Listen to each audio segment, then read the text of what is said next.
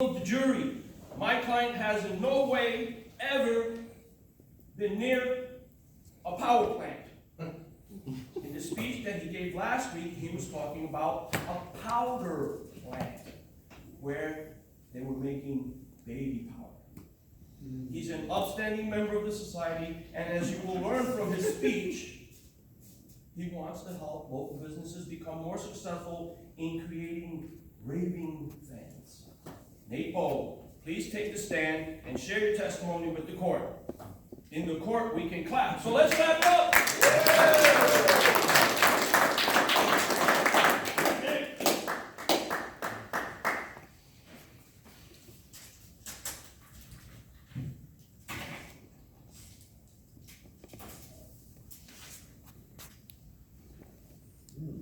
Sitting ain't living.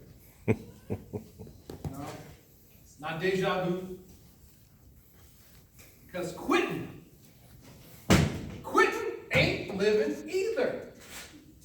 I'm not talking about you guys. I'm talking about all these companies. They've given up. They've given up on you, me, their customers.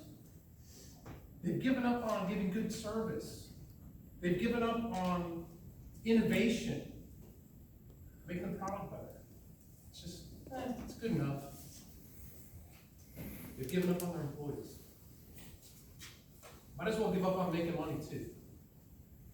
How many of you guys own a business? How many of you guys have a side hustle?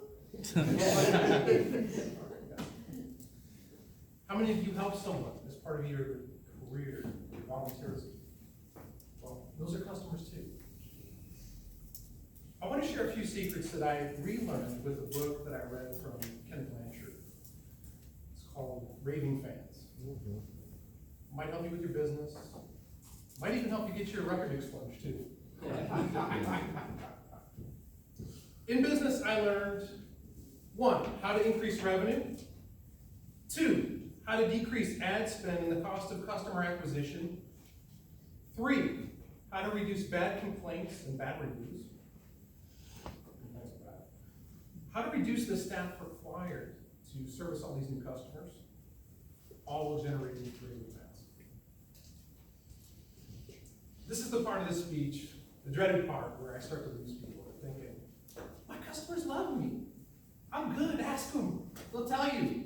They'll say, I'm good. I talk to Garen's customers, I know they're going to be fine.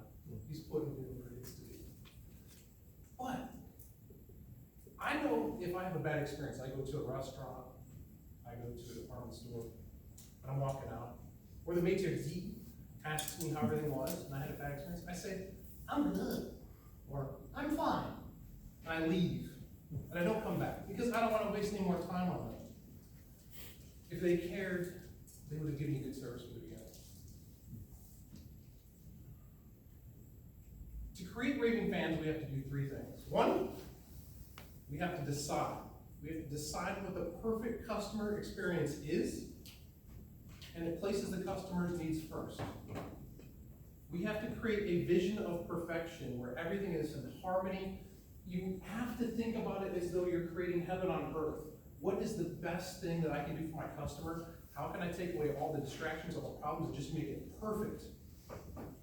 In business, I always ask people, why did you call me? What was it that made you call me? What can I do to help? And they tell me.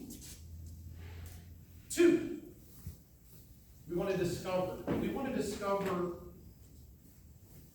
what the customer wants and match our vision, because we have to also have a perfect vision for a customer experience. If we don't have an idea in our head on what perfection is, what harmony is, what heaven as a product or service is for our customers, we can't get these things to align. You have to learn and use what you learn to validate your company. And so what I do is actually, I take the testimonials from other raving fans, and I use those third-party stories with my customers to validate who I am and what I can do to help them.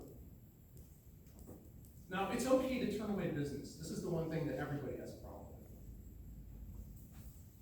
Worst case scenario, okay? You're talking to this person, and they say, I want you to do this, this, and this. You're like, oh, I really want to get this client. But you know what? It's okay to turn them away. Worst case scenario, you avoid an upset customer, they go somewhere else, you avoid a bad bill review. Best case scenario, they say, you know what?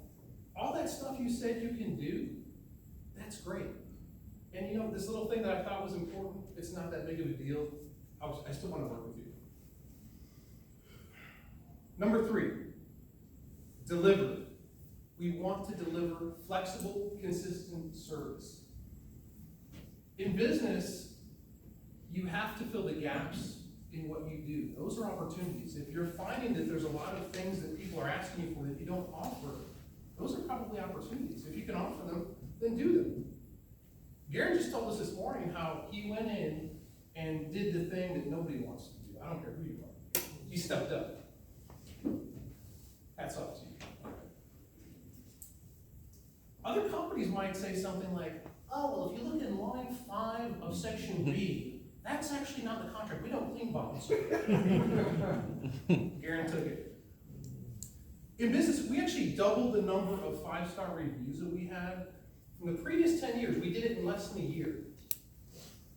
And we did it using the system and process that everybody could engage in. Everyone was a part of it. It wasn't just the CEO or mid-level management. It was our customer service and our salespeople as well. So processes work. What I love about it is when you put a good process in place, you feel it, and this success fuels more success, and it snowballs. In my personal life, I used what I was relearning from Raving Fans to get a contractor to finish a pool. He came out to my house, and even before that, he was sending me all these text messages. Oh man, I just did this job, I just did this job. Look at this pebble tech, look at this crystal stone, it's so beautiful. And I said, you know, I'm ready. Brought him out, took my money, did a little bit of work, and after a couple of days, he was gone, just gone. Took the money and ran. And I started getting these text messages, just like we all get. My neighbor got him. He put up over $100,000 in his house in like 6 months, and he had so many nightmare stories. And so I started thinking about this. I'm like, I've never had a contractor dip on me. I can't let this guy do this to me. I've been doing pretty good up to this point. Text messages and promises became excuses. Excuses became long stories and outlandish stuff. He offered to do the pool for free. He offered to give me my deposit back and said, hey, Nate, you know what? I'm just going to do it free. I didn't take the bait because I knew inside him was someone that actually wanted a Raving fan. He thought things went south. He thought things went sour. He thought, you know what?